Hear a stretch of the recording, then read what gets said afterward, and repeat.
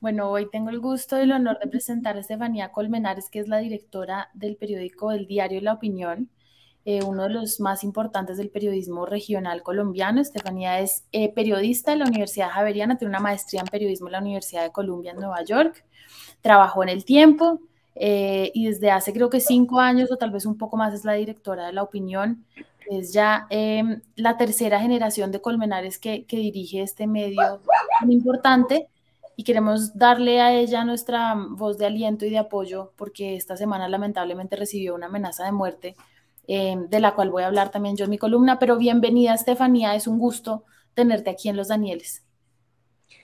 Ana, muchísimas gracias. Pues un saludo muy especial para ti. Yo quiero también agradecerte por esa columna de hoy, pues muy linda y muy sentida para mí. Y pues saludarlos a todos, a los Danieles también, y de verdad agradecerles el espacio y la invitación y sobre todo la solidaridad y la manera en que yo me he sentido rodeada y la opinión y mi equipo de trabajo también se ha sentido rodeada y rodeados pues en este momento difícil, ¿no? Y yo creo que hacer este tema visible y hacer visible nuestro trabajo es el mejor respaldo y es lo que pues siempre he dicho, ¿no? Que el periodismo en las regiones no es fácil y que cuando pasan estas cosas la mejor protección es reconocer ese trabajo y hacer visibles los temas. Entonces les agradezco mucho por eso.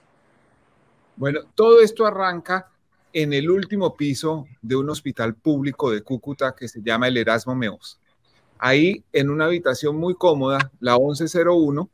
fue recluido el exalcalde de Cúcuta, Ramiro Suárez Corzo. ¿Quién es Ramiro Suárez Corzo? Es un asesino. Es un homicida condenado a 27 años de cárcel. Un juez le revocó el beneficio de detención domiciliaria porque resulta que en un traslado entre Bogotá y Cúcuta, que debía demorar 12 horas, el señor se tomó 4 días. Los guardianes que están involucrados en el traslado, uno de ellos está preso, el otro investigado, y hay una tercera guardián, miembro del IMPEC, que es sospechosa de haber alterado el brazalete para que el señor se pudiera mover a sus anchas, reunirse con quien quisiera, hacer las llamadas que quisiera. Por esas razones, el juez de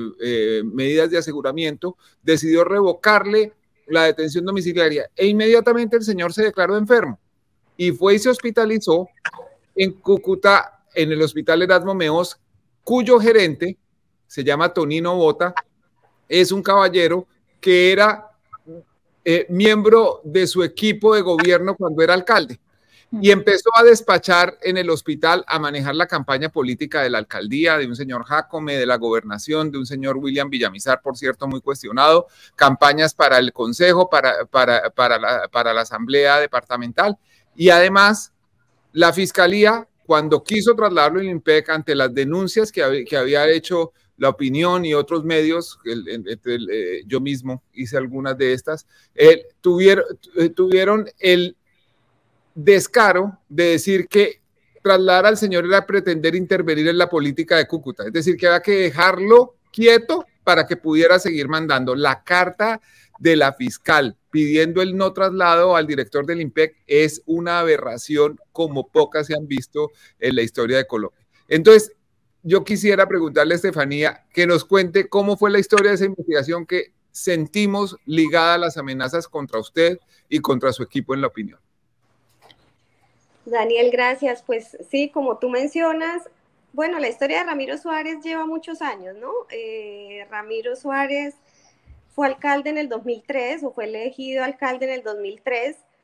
y desde ese momento digamos que él pues se convirtió en una figura política muy relevante en Cúcuta y en norte de Santander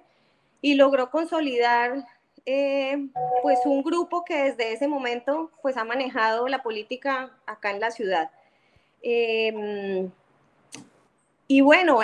esto ha tenido muchos capítulos porque Ramiro, digamos, en su primera administración no pudo terminar porque es el momento en que lo capturan, pero desde entonces hasta hoy, pues ha tenido, digamos, varios regresos a Cúcuta, ¿no? Porque él estaba pagando cárcel en Bogotá, después tuvo casa por cárcel allá, después regresó, bueno, después se lo volvieron a llevar, en fin, pero digamos que para concentrarnos en este último episodio, que es el que tú estabas mencionando, Ramiro regresó a Cúcuta en agosto del año pasado él tenía casa por cárcel en Bogotá y es trasladado a Cúcuta para terminar de pagar, digamos, su proceso de casa por cárcel acá. Y obviamente llega en un momento pues de mucha coyuntura porque se está empezando a sentir la campaña política. Entonces él llega a Cúcuta pues a seguir moviendo los hilos de la política, pero ya, digamos, en el terreno, ¿no? Que eso siempre hace una diferencia.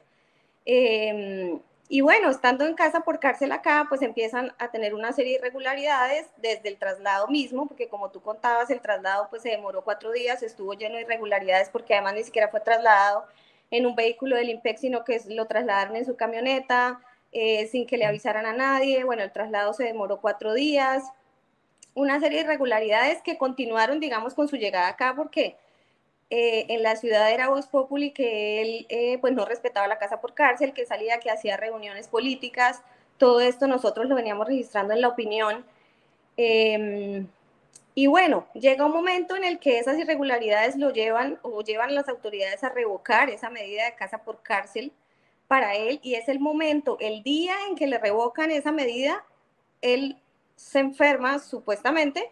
y es recluido en el Hospital Erasmo Meos de urgencia. Y este es uno de los temas, digamos, que me parece importante decir, porque es verdad que Ramiro Suárez está enfermo, es cierto que él tiene una serie de enfermedades que trae, digamos, desde hace muchos años, esas enfermedades no son nuevas,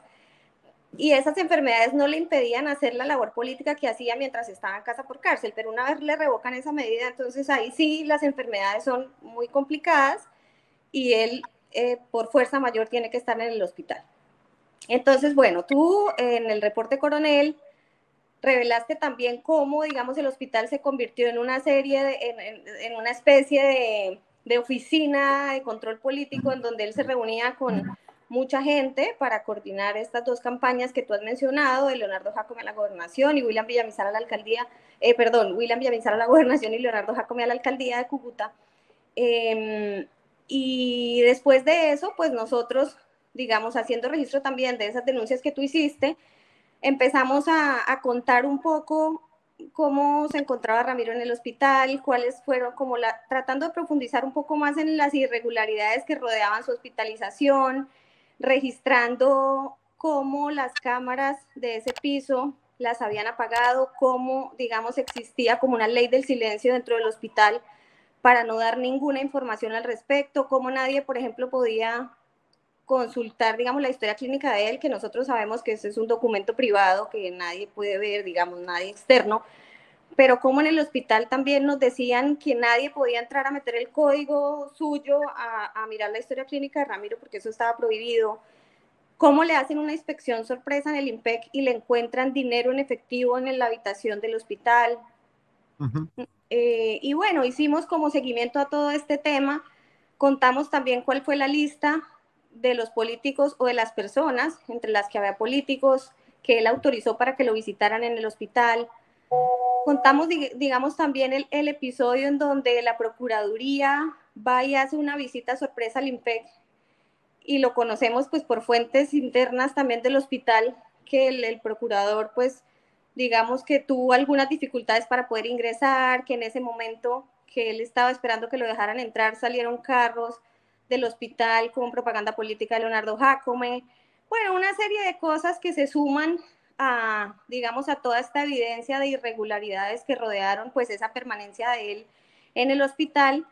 que además en el momento en que esto empieza a tener mucho ruido, porque también esa es otra cosa, yo se lo contaba a Ana ayer, digamos que la corrupción y el poder han logrado tener una permeabilidad en las regiones tal que muchas veces las denuncias que se hacen localmente tienen un impacto, pero de pronto no el impacto que tiene que eso se replique en un medio nacional, y creo que en este caso eso fue evidente también. Y en el momento en que tú tomas el caso y que el caso se hace muy visible por los medios nacionales, empiezan de una vez las autoridades a actuar, ordenan a Medicina Legal hacerle un examen exhaustivo a él para que sea Medicina Legal quien determine realmente cuál es la condición médica de él y si él realmente necesitaba estar internado en el hospital o no. Ese examen se realizó el jueves pasado, o sea, y y se suponía que ese examen se iba a conocer en 2 días y hasta el sol de hoy, pues por lo menos nosotros hemos hecho todo lo posible porque nos den razón de ese examen y nadie da razón, ese resultado no existe. Entonces, bueno, pues esa es un poco la historia, ese es un poco el seguimiento que nosotros hemos venido haciendo y que vuelvo y digo, pues ha tenido, digamos, mucho impacto y mucha relevancia porque también tuvo eco en los medios nacionales. Daniel Samper Pizarro. Yo creo que es conveniente advertir que para ser, lo hemos visto en el cine, en la televisión, en Hollywood, para ser un reportero del Washington Post y tumbar a Richard Nixon, se necesita ser muy valiente, y también para hacerlo del New York Times. Pero para lo que sí se necesita ser ultra valiente es para ser reportero o de un canal o de una emisora o de un periódico local en un país subdesarrollado como Colombia, más que de un periódico nacional. La opinión es el caso exacto. Yo tuve la fortuna de ser amigo y haber sido, en teoría, jefe de Eustorgio Colmenares, que el abuelo de Estefanía, digo jefe porque yo era el coordinador de los corresponsales del Tiempo y él era el corresponsal, aparte de ser director del periódico La Opinión, gran periodista, gran persona, asesinado por un grupo guerrillero años después, por el ELN. Y esa desprotección que tienen los periodistas, que la tuvo el abuelo de Estefanía, que me temo que la tenga ella ahora. Nos cuenta más sobre esto Anita en su columna. Pero para eso se necesita ser muy valiente, para estar allá, quedarse allá, porque el eco que tendría cualquier atentado, no solamente atentado contra la vida, sino persecución o acoso en esos pequeños lugares, nunca llega a saberse, sino, como decía Estefanía, hay alguna repetición de lo que está pasando en los medios nacionales. Yo sobre todo esto quiero hacerle una pregunta. Estefanía, ¿usted se siente protegida en Cúcuta como periodista? Pues Daniel, yo la verdad es que nunca había vivido un episodio como este. Yo regresé a Cúcuta en el 2012 y desde que regresé a Cúcuta estoy en La Opinión. Hace 5 años asumí la dirección. Y yo siento que con el equipo de trabajo, que además también es un equipo, bueno, sobra decir, muy comprometido con el periodismo, hemos hecho muchas denuncias y muchos seguimientos a casos de corrupción y yo nunca había tenido una situación de este tipo. Es la primera vez que me enfrento a esto. Yo, pues también, digamos, tengo como sentimientos encontrados con estas situaciones porque siento que lo ponen a uno como en un papel de protagonista que realmente a mí no me gusta mucho. Entonces, me he sentido muy rodeada, como les dije al principio, las autoridades han sido muy diligentes, pero claramente sé que estamos en un proceso electoral, que estamos en una campaña política, que también lo he dicho como nunca antes en el periódico, la hemos sentido muy fuerte en el sentido de que han sido evidentes como nunca las presiones por el manejo de la información en la campaña política.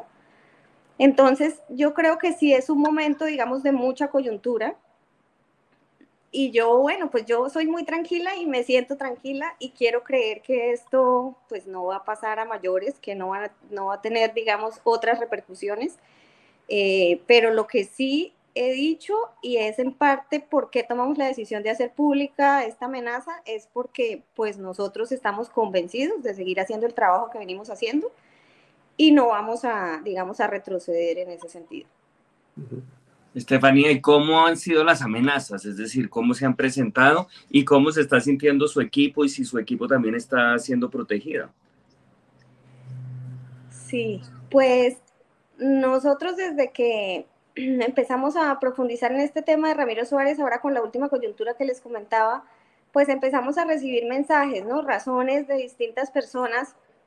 que nos decían, ya no se metan más con ese tema, ustedes saben que ese tema es peligroso. Bueno, digamos, mensajes de ese estilo, pero nada, pues digamos, de frente, ¿no? Hubo una entrevista el viernes anterior, pues en la W, donde Daniel también ha hecho sus denuncias sobre este caso de Ramiro Suárez, en donde yo estuve en compañía de la editora política que se llama Lucia Araque, y contamos abiertamente esto mismo que les estoy contando, el seguimiento que nosotros hemos venido haciendo, y hablamos, pues, hablamos de la historia de Ramiro, hablamos de quién es el gerente del hospital, cuál es la relación política de él con Ramiro Suárez, En fin, hablamos de muchos temas que acá no son un secreto, que todo el mundo lo sabe, pero esa entrevista acá en Cúcuta generó un revuelo terrible y todo el mundo pues se acercaba a decirnos, ustedes por qué hablan de eso, ese tema no se toca, acuérdense que eso es peligroso, acuérdense de lo que ha pasado, bueno, en fin, esos mensajes los hemos venido recibiendo y el miércoles pasado, estando pues nosotros en el periódico trabajando, yo recibí un mensaje a mi celular con la amenaza que hoy Ana en su columna publica ese mensaje que dice que yo soy objetivo militar y que de aquí en adelante mi cabeza tiene un precio y que valore mi vida. Ese es el mensaje que yo recibí. Y bueno, pues obviamente yo no puedo decir de dónde viene esta amenaza. Estamos en un momento, como les digo, una campaña política muy fuerte. Esto puede pues, venir de muchos lugares, ¿no? No me corresponde a mí decir esto de dónde viene,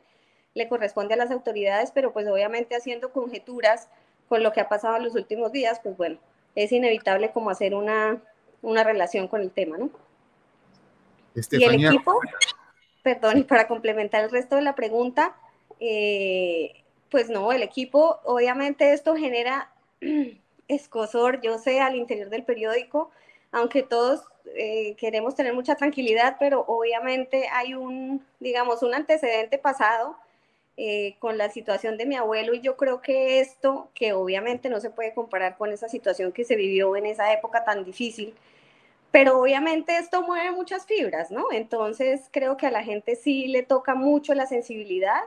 y bueno, también digamos que yo he pedido que cualquier protección que yo vaya a poder tener, que tampoco la he pedido porque no, esas cosas a mí no me gustan, pero cualquier protección también debería ser para las otras personas del equipo que han estado también muy comprometidas conmigo trabajando este tema frontalmente.